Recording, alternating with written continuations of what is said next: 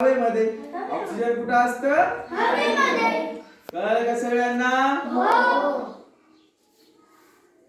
चला हे कोण प्रयोग करून बघतंय?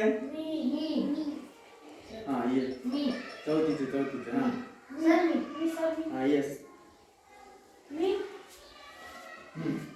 अगोदर दोन्ही पेटवायचं.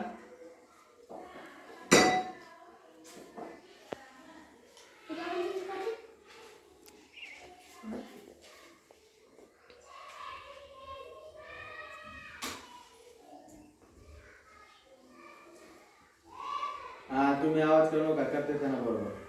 बघा आपल्याला काय करायचं आहे, हवेमध्ये ऑक्सिजन ज्वलनासाठी मदत करत आहे, हे आपल्याला प्रयोग करायचा आहे का नाही. मग आता बघा या ग्लासामध्ये काय आहे, ऑक्सिजन जोपर्यंत आहे तोपर्यंत काय होणार बघा. चालू आता. हा चाल.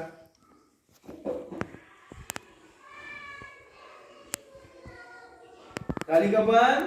नाही म्हणजे बघा तिच्यात ऑक्सिजन आहे. आता तिच्यावर टाका. आता तू सोडून दे.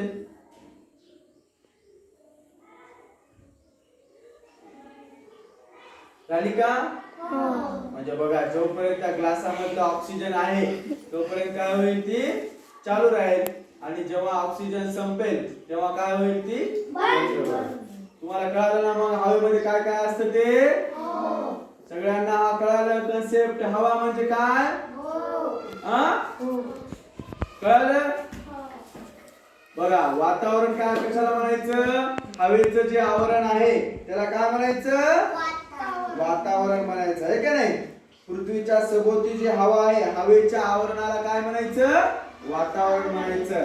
आणि त्या वातावरणामध्ये कोणकोणते घटक असतात? ऑक्सिजन असतं, नायट्रोजन असतं सगळ्यात जास्त, आणि कार्बन डायऑक्साइड, हे वेगवेगळे घटक असतात. आणि असे घटक मिळून काय होतं? वातावरण तयार होतं. कळलं? त्यापैकी हवा ही आपल्याला हवेला काय असतं?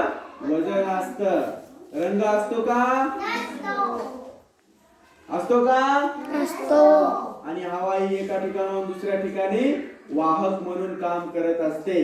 जे आपल्याला वास येतो, चांगला वास, वाईट वास आहे का नाही, हे आपल्याला हवा काय करते, एका ठिकाणाहून दुसऱ्या ठिकाणी घेऊन जात असते आहे का नाही.